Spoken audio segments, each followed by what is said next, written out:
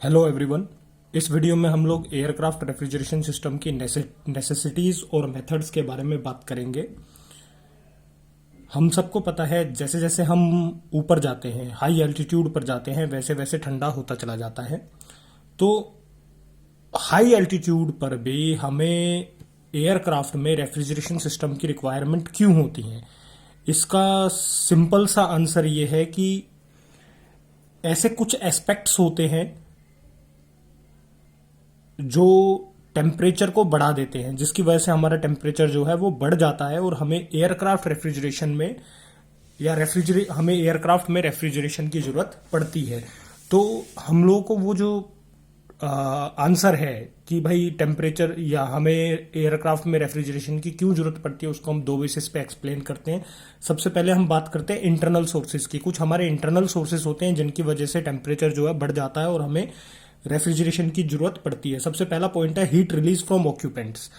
यहाँ पे जब हम लोग हीट रिलीज फ्रॉम ऑक्यूपेंट्स की बात करते हैं तो यहाँ पे हम लोग ह्यूमन बींग की बात कर रहे हैं कि जितने भी ह्यूमन बींग्स आपके एयरक्राफ्ट में ट्रेवल कर रहे हैं उनकी वजह से उनकी हीट रिलीज की वजह से आपका जो टेम्परेचर है वो बढ़ जाता है। होता क्या है, आप सबको पता होगा कि एक ह्यूमन बींग जो है अगर वो रेस्ट पोजीशन पे भी है तो वो 300 किलो जूल पर आर के आसपास हीट जो है रिलीज करता है अपनी बॉडी से। तो इतने सारे पैसेंजर्स जब आपके एयरक्राफ्ट में साथ बैठे होते हैं तो हीट जो है वो ज्यादा ही रिलीज होती है। इवन अगर कोई पैसेंजर ऐसा है जो नर्वस है, जो कि कॉमन है, देखने को मिलता है कि काफी पैसेंजर्स जो होते हैं वो फ्लाइट में ट्रेवल करते हुए नर्वस हो जाते हैं, उसकी वजह से जो आपका हीट रिलीज रेट है जो पहले 300 किलो जूल पर आवर था रेस्ट पोजीशन पे, वो भी बढ़ जाता है, जिसकी वजह से हमारा टेम्परेचर जो है वो राइज हो जाता है। वहीं दूसरे पॉइंट की बात करें तो आपके जितने भी कंट्रोल डिवाइसेस लगे हुए हैं वो भी क्या करते हैं, वो इलेक्ट्रिकल एनर्जी पे ऑपरेट करते हैं, जिसकी वजह से हीट जनरेट होती है। अगर हम एक नॉर्मल मीडियम साइज एरोप्लेन की बात करते तो वहां पे 10 to 15 kilo vote electric power आपको चाहिए होती है अपने कंट्रोल डिवाइसेस को जो कि प्लेन में इंस्टॉल्ड है उनकी वर्किंग के लिए। तो जो कंट्रोल डिवाइसेस को ऑपरेट कराने के लिए आप इलेक्ट्रिक पावर का यूज कर रहे हैं उसकी वजह से भी कुछ ना कुछ हीट जनरेट आपकी होती है। वहीं अगर हम बात करें थर्ड पॉइंट जो है हमारा, वो कहता है कि हीट फ्लो जो होता है इंजन पार्ट्स से वो भी आपके एयरक्राफ्ट के टेम्परेचर को इंक्रीज करता है। तो यहाँ पे ये तीन इंटरनल सोर्सेज हैं जिनकी वजह से आपके एयरक्राफ्ट का टेम्परेचर जो है बढ़ जाता है। वहीं आपके कुछ एक्सटर्नल सोर्सेज भी होते हैं जिनकी वजह से आपका टेम्परेचर जो है एयरक्राफ्ट का वो बढ़ता है। तो सबसे पहले पॉइंट की बात करी जाए तो heat transfer to the cabin from solar radiations. आपको पता है आपकी सोलर रेडिएशंस आ रही हैं और उस हाई एल्टीट्यूड पे आपकी जो सोलर रेडिएशंस हैं वो आपके ग्लास की प्लेन्स के ग्लास में से या फिर एयरप्लेन की बॉडी से डायरेक्टली आपके कैबिन में आती हैं, जिसकी वजह से आपका हीट जो है या टेम्परेचर जो है वो बढ़ जाता है। वहीं एयर रेजिस्टेंस की वजह से भी हीट जनरेट होती है। दूसरे पॉइंट की अगर बात करें तो एयर रेजिस्टेंस की वजह से भी आपकी हीट जनरेट होती है। होता क्या है कि जैसे आपका एयरक्राफ्ट आगे बढ़ता है वैसे वैसे उसका एयर के साथ स्क्रीन फ्रिक्शन होता है। एयरक्राफ्ट की जो बॉडी है वो आपकी एयर के कांटेक्ट में आती है, उसके साथ फ्रिक्शन कोज करती है, जिसकी वजह से आपकी एयरक्राफ्ट की बॉडी का जो टेम्परेचर है वो बढ़ जाता है। उसी की वजह से अंदर भी टेम्परेचर जो है वो बढ़ता है। आपका एयरक्राफ्ट जो है वो नियरली 1000 किलोमीटर पर आवर की स्पीड से चलता है, जिसकी वजह से 50 डिग्री सेल्सियस टेम्परेचर जो है उसकी बॉडी का 50 डिग्री सेल्सियस टेम्परेचर जो है वो बढ़ जाता है और उसका इफेक्ट हमें अंदर भी देखने को मिलता है। वहीं जब हम हाई एल्टीट्यूड्स की बात करते हैं तो प्रेशर जो होता है वो बहुत कम होता है, जिसकी वजह से पैसेंजर्स को ब्रीथिंग प्रॉब्लम होती है। तो हमें एयर की जरूरत पड़ती है, हमें जरूरत होती है कि हम उस एयर को प्रेशराइज करें ताकि हमारे जो पैसेंजर्स हैं वो उनको ब्रीथिंग प्रॉब्लम ना हो। अब इसकी वजह से भी जब हम एयर को प्रेशराइज करने जाते हैं तो भी आपका जो टेम्परेचर है वो बढ़ जाता है। वहीं अगर हम बात करें तो जो एयर हम लोग अंदर यूज कर रहे हैं, एयरक्राफ्ट में हमें एयर चाहिए होती है, तो हम लोग क्या करते हैं उस एयर के लिए रैमिंग प्रोसेस करते हैं। हम रैमिंग करते हैं एयर की, या हम कहें एयर को हम लोग क्या करते हैं, कंप्रेस करते हैं। तो जो कंप्रेशन प्रोसेस हम लोग कर रहे हैं, हम लोग जो कंप्रेशन कर रहे हैं उसकी वजह से भी आपका टेम्परेचर जो है वो क्या हो जाता है, बढ़ जाता है। वहीं जब आप बात करेंगे यहाँ पे एम्बियंट एयर जो है, मतलब सराउंडिंग एयर जो है, उसके प्रेशर को बढ़ाने के लिए कैबिन में लाने से पहले हमें प्रेशर इंक्रीज करना होता है, जिसके लिए हम क्या करते हैं, रैमिंग करते हैं। तो जब हम इन सारे इंटरनल सोर्सेज और एक्सटर्नल सोर्सेज के इफेक्ट्स को एक साथ देखते हैं तो आपके कैबिन का जो टेम्परेचर है वो नियरली 40 से 50 डिग्री सेल्सियस के आसपास बढ़ जाता है। तो ये जो हाई टेम्परेचर है ये अनकंफर्टेबल होता है, क्योंकि हमारी जो बॉडी के लिए, ह्यूमन बॉडी के लिए जो कंफर्टेबल टेम्परेचर है वो 22 डिग्री सेल्सियस के आसपास है। और वहीं जो हमें ड्रिंक्स या फूड्स वगैरह प्रिजर्व करने होते हैं उनको हम -5 डिग्री सेल्सियस पर प्रिजर्व कर सकते हैं। तो इन दोनों के लिए, ह्यूमन बॉडी के टेम्परेचर के लिए और प्रिजर्विंग टेम्परेचर के लिए 40 to 50 डिग्री सेल्सियस टेम्परेचर जो है वो बहुत ही अनकंफर्टेबल हो जाता है, जिसकी वजह से हमें एयरक्राफ्ट में रेफ्रिजरेशन की जरूरत पड़ती है।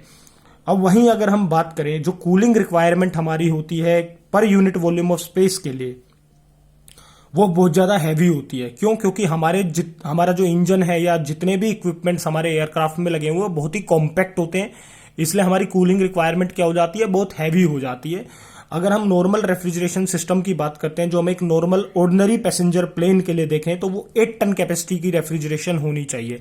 वहीं अगर आप जेट फाइटर प्लेन्स के लिए देखेंगे तो वहां पे जो आपकी रेफ्रिजरेशन सिस्टम की कैपेसिटी रहेगी वो 20 टन कैपेसिटी के आसपास रहने वाली है।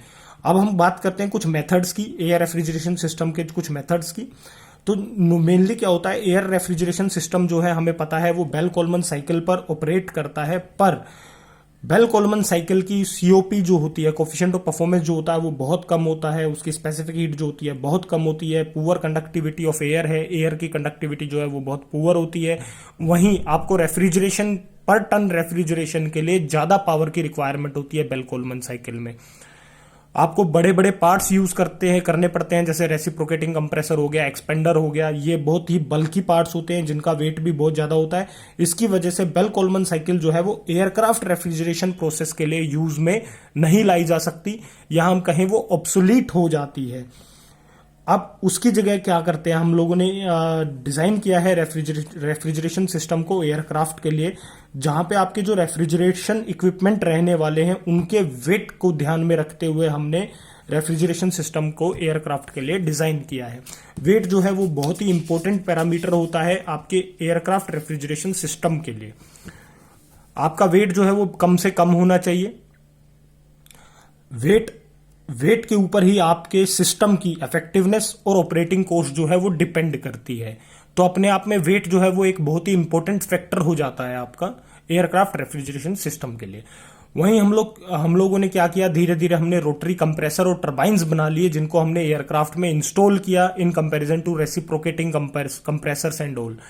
तो उसकी वजह से जो आपका वेट का इशू था वो क्या हो गया, कम हो गया। बल्क जो उनका साइज था, रेसिप्रोकेटिंग कंप्रेसर वगैरह का जो आपका बल्क साइज था, उसमें भी आपका वो साइज भी क्या हो गया, आपका कम हो गया, जिसकी वजह से आपको हेल्प मिली किसके लिए, एयरक्राफ्ट रेफ्रिजरेशन के लिए।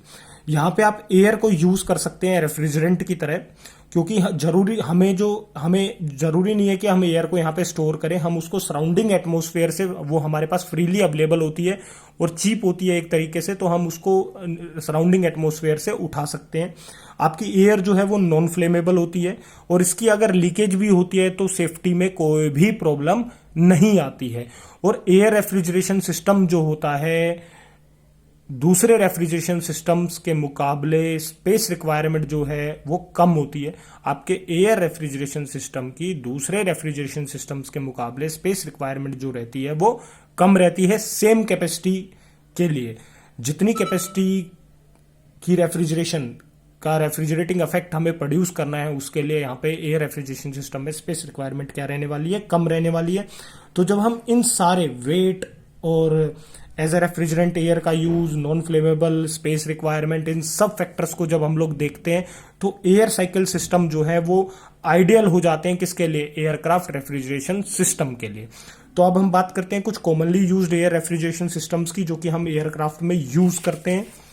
सबसे पहले आपकी बेसिक या फिर सिंपल एयर रेफ्रिजरेशन सिस्टम आते हैं, जो कि 2 टाइप के होते हैं, विदाउट इवेपोरेटिंग कूलिंग और विद इवेपोरेटिंग कूलिंग। दूसरे टाइप के जो एयर रेफ्रिजरेशन सिस्टम आप यूज करते हैं वो बूटस्ट्रैप टाइप होते हैं, ये भी 2 तरीके के होते हैं, विदाउट इवेपोरेटिंग कूलिंग और with evaporative cooling. Third type आपका रीजनरेटिव टाइप होता है और फोर्थ आपका reduced ambient air refrigeration system होता है। इन सभी सिस्टम्स को हम लोग अगली 2 वीडियोस में कवर करने की कोशिश करेंगे। तो आज आपको नेसेसिटीज के बारे में पता चल गया, कुछ मेथड्स के बारे में पता चल गया, या फिर एयर रेफ्रिजरेशन सिस्टम में हम लोग एयर साइकिल क्यों यूज करते हैं उसके बारे में पता चल गया। नेक्स्ट वीडियो में हम लोग बेसिक और सिंपल एयर रेफ्रिजरेशन सिस्टम से शुरुआत करेंगे। Thank you.